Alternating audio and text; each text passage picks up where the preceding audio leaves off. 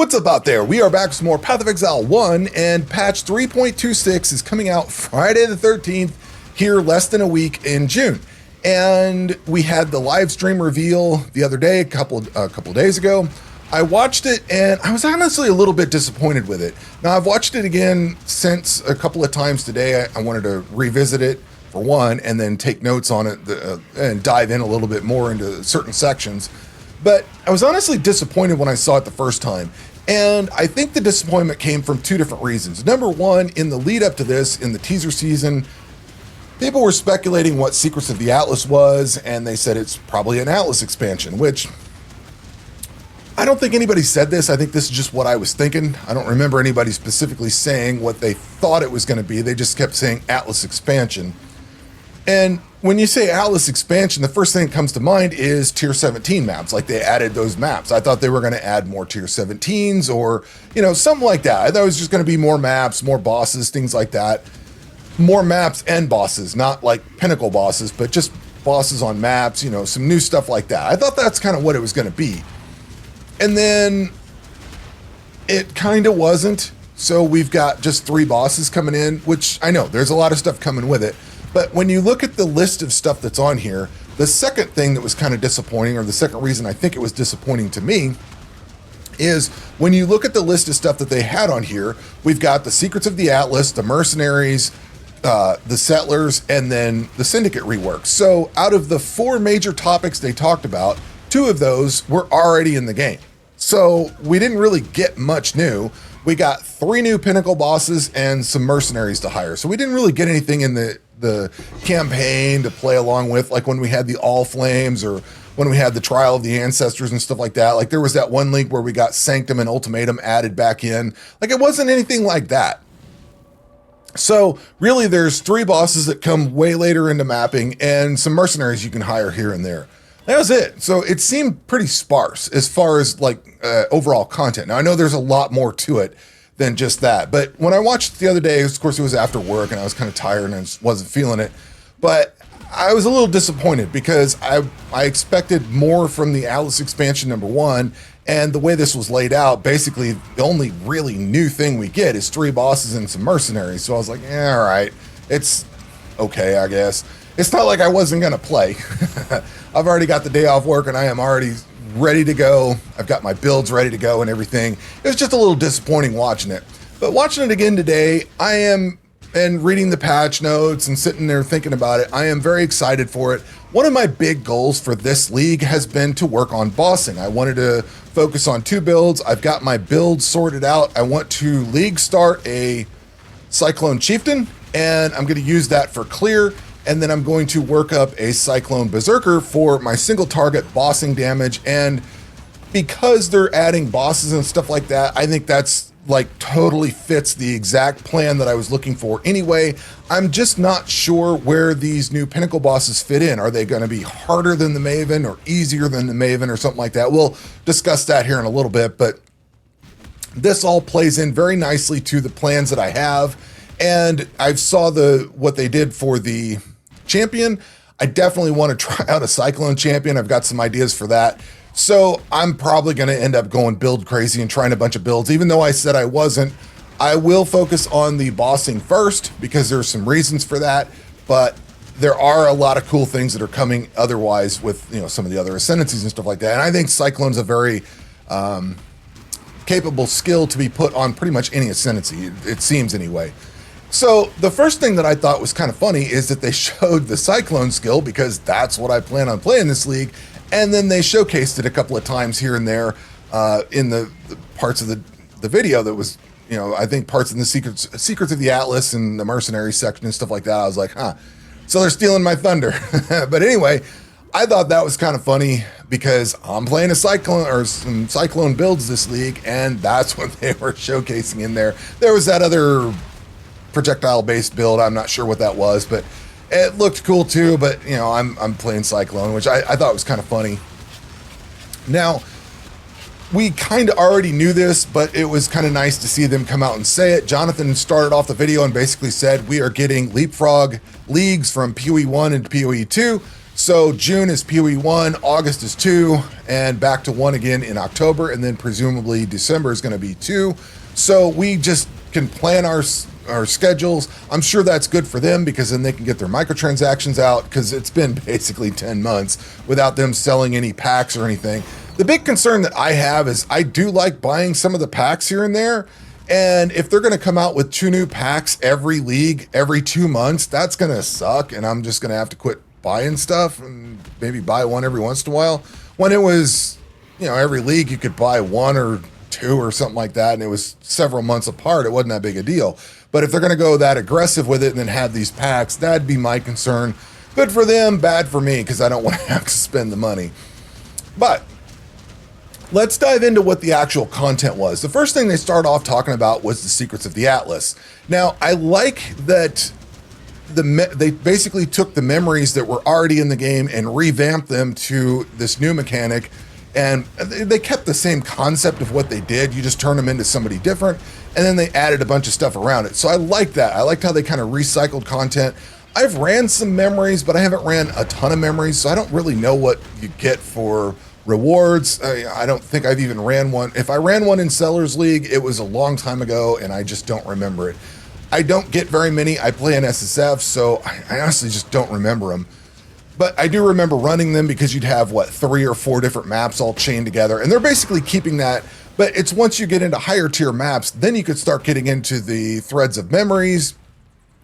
And then they talked about when you're running in the maps, you'll collect memory petals so that you can steal powers from the enemies, which the first thing I thought was Diablo 4.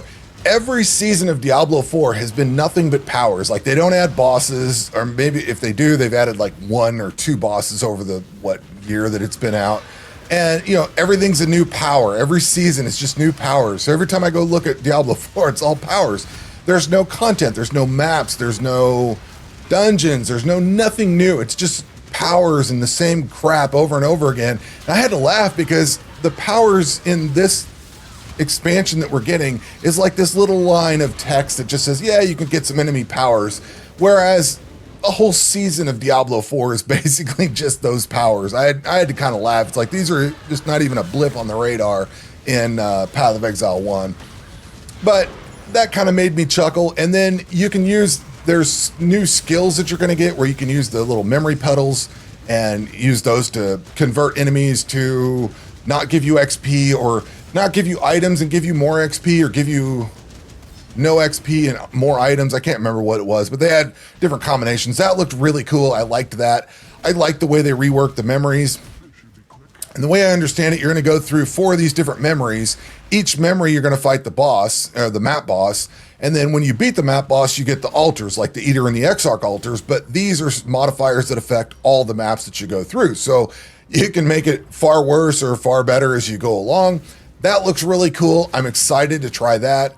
And then once you get all of that, you fight the final boss on the 4th map, which is like some juiced up regular maps. They showed the innocent fight, but he's dropping those AoEs all over the place instead of just one. That's going to be a bad fight because I don't like fighting him. That one's going to suck. But they're bringing back a lot of the campaign bosses, or a lot of the bosses that are already in the mapping and all that, and they're just adding extra craziness to them. So I thought that was pretty cool. And then the final boss drops some fragments for the pinnacle bosses. Then you have to go fight those, and you fight the pinnacle bosses. There's 3 of them. I thought this was kind of, I had to listen to it a couple of times. It said, after beating all 3 bosses, you'll start finding memory-influenced maps. I rewound that. It's not just after you defeat one of them, or after you defeat a boss. It was after you defeat all 3. And the wording was there. I had to go back and look at it, or listen to it a couple of times. But it did say you have to go through all the bosses before you get the memory-influenced maps. And then the memory-influenced maps gives you memory strands to increase modifiers on gear. So if you get items on the ground, they will drop with memory strands, which you can apply currency to. And those improve the tiers of the gear that you're getting, which I thought that was kind of backwards. And that was the whole comment earlier when I was talking about in relation to the Maven. Where do these bosses, these new pinnacle bosses, sit in relation to the Maven? Because if I can't beat the Maven, then I have no chance of beating these. You know what I mean? So if these are harder than the Maven, or if they're on par with the Eater and the Exarch, I'm fine. And I don't remember if they said there was Uber versions of these or not, or if these were like Uber bosses. I'm not sure. But I'm kind of interested to see how you get through that, because apparently we're not going to start getting these memory influence maps until after you've beaten all 3 of them. And then you can get the new crafting options on gear, which would be great if, as long as I can get through those bosses and get my gear set up. And that seems like it's going to give me better gear as I craft on it, which is very cool. This is kind of mixing some of the crafting options that Last Epoch has.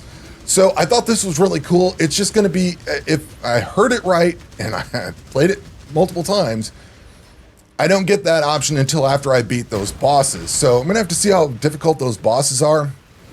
But I did like what they did with all that. I thought that was really cool.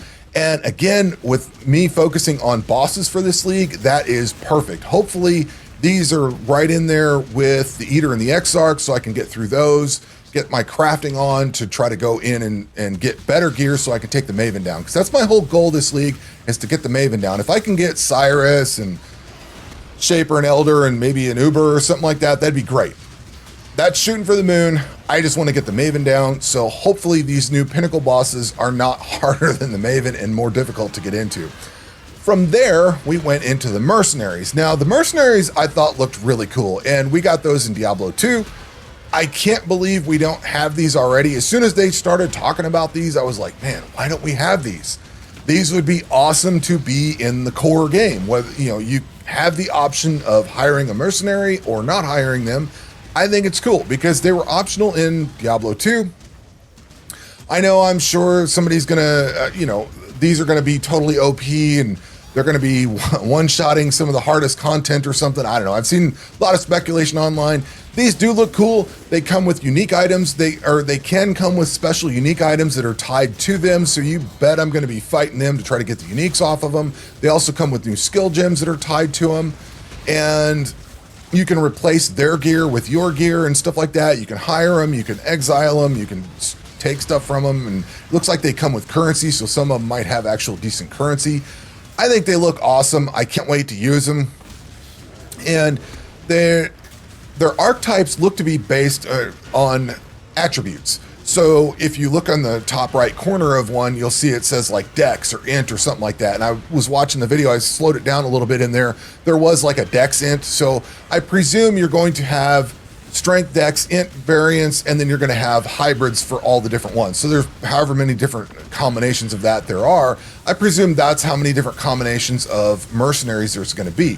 Again, they look pretty cool. Hopefully we can get into those fairly early into the game where they're not too difficult and help us out. Maybe speed run the campaign a little bit. I don't know. They look cool. Very much looking forward to those. And hopefully they are very useful and don't just die and, melt away very quick. The next thing that came up was Settlers Going Core. We've got, the town is already constructed. We don't have to reconstruct it every time, which is going to be an amazing quality of life change, not having to rebuild that thing. We get gold for town services, respecking, gambling on items and all that. And the gambling and the respecking and everything is in the town in the campaign. So you don't have to go over to town or to the Settlers or King's March or whatever. You don't have to go over there to do anything. It's just all right, well, I'm sure you have to go to King's March for certain things, but the gambling and the respecking and things like that are actually out in the campaign. So as you go through it, you can get those. Currency exchange makes its way back. I think they said that comes in Act 6 or something like that. Recombinator's back. I honestly have never used a Recombinator, so I have no idea what it's good for. I know it's a big high-end crafting thing. I like that they've added the crafting for a Recombinator for Dummies part because, like I said, I've never used it. So I'll probably start trying to tinker around with that thing and use the easy mode where you can actually pick what you're going to get. I think that's going to be really cool. And then they basically, I shouldn't say wrapped it up, but the next thing they talked about was the Betrayal rework, which they took the boss off the Syndicate board. So now you can just get a token to go fight the boss, which is really cool. That seems like something that should have been done a long time ago. And I think they said they're leaving the board up so you can just do the board however you want. I don't remember if they said you could reset it or not, but it doesn't reset whenever you go fight the main boss anymore. That was very cool. They also brought all flames back in some form and put them in here to where you can use all flames like scarabs and modify your map. So that sounds pretty cool. And they've reworked the way the crafting spree things are and added, I believe they said they added options on the passive tree so that you could get more time out of it. So instead of 60 seconds, you get like 80 seconds, which is great because every time I've ever done one of those crafting spree things, I've always just felt like it moved too fast. I couldn't get enough time to do what I wanted to do on it. And then it was over with and I had just junk coming out of it. But those look cool. Unfortunately, I don't know that I'm going to run all that much Syndicate because the only reason I ever really run Syndicate in the first place is to get the unveils done. So when I come into a new league, I start working through my map. I start building up my Atlas tree. You know, the first thing you do is like Kirok. You probably go into maybe Essences and Strong Boxes or something along those lines. I probably go into Delve a little bit early so I can get some experience and get some gear and currency and everything out of Delve. But somewhere in that realm, somewhere right after that, I usually start going into Syndicate so that I can go get unveils and get as many of those and try to get as much of that done as possible so that I have the ability to go and craft whatever I want at the bench craft. So seeing these move out is great on the one hand because now they're not tied to Syndicate, so I don't care about it. And in fact, I hope we get an option to block Syndicate because I get tired of the intervention assassins coming in and killing me. Because if you're not strong enough to handle those things and you get one in like a tier 1 map, they are a bit of a nightmare and they always kill me or usually kill me. So it'd be nice to be able to block them and not see them. But that's kind of the only reason I ever do the Syndicate stuff early on is because of the unveils. And now the unveils are completely off into the mapping section. I don't know if you're going to get them in the campaign or not. And there's a lot of stuff to unveil. So I don't know if they're putting them on all the different maps. There's like going to be crafting on every map or, you know, is it spread throughout the campaign? I don't know, but there's a lot of stuff there to unveil. So be interesting to see how that shakes out. And I will go out and collect them all. The ones like I've never gotten the flask ones and stuff like that. Cause I've never taken the time to learn how the Syndicate board works and who you want where to get what. Like I know there's charts and stuff out there. I've never cared because like I said, I've only ever wanted certain unveils. And once I get once I get all the ones that I want and then most of the rest, I kind of turn it off and move on and don't care about it anymore. So it'll be nice to have those divorced from the board itself, but I don't really see myself going back into the board unless I'll have to see what content's there. Like, is there specific uniques or something? I know there's the currency that lets you add unveils onto items. I know those are there. I don't know that I care about that all that much either. But I don't know. I have to see what they do with... I have to see how Syndicate works out now that it's reworked and changed and see if there's anything I actually care about going back in there for. But I thought that rework was really well done. And then they finished off with talking about all the quality of life stuff, which they teased a ton of stuff of. Character balances, where they talked about changing the champion out. I think they talked about the Elementalist, and they've made some other changes here and there. I've now had time to sit and read some, not all of the patch notes, but I've read a big chunk of the patch notes, or a decent amount of it. I at least control F the stuff that I cared about. And I don't see that anything I'm doing got nerfed. I think they might have buffed Cyclone a little bit more damage. I don't know. I wasn't, it's one of those things I never know how it's going to be until I actually get to play it and feel it and see how it goes. But overall, I am definitely excited for it. Let me know what you guys think down below. We've got less than a week and I've got the day off, so I will be absolutely there. Hopefully we all log in and everything goes well. But that is going to do it for this video. We will catch you on the next one. Take care.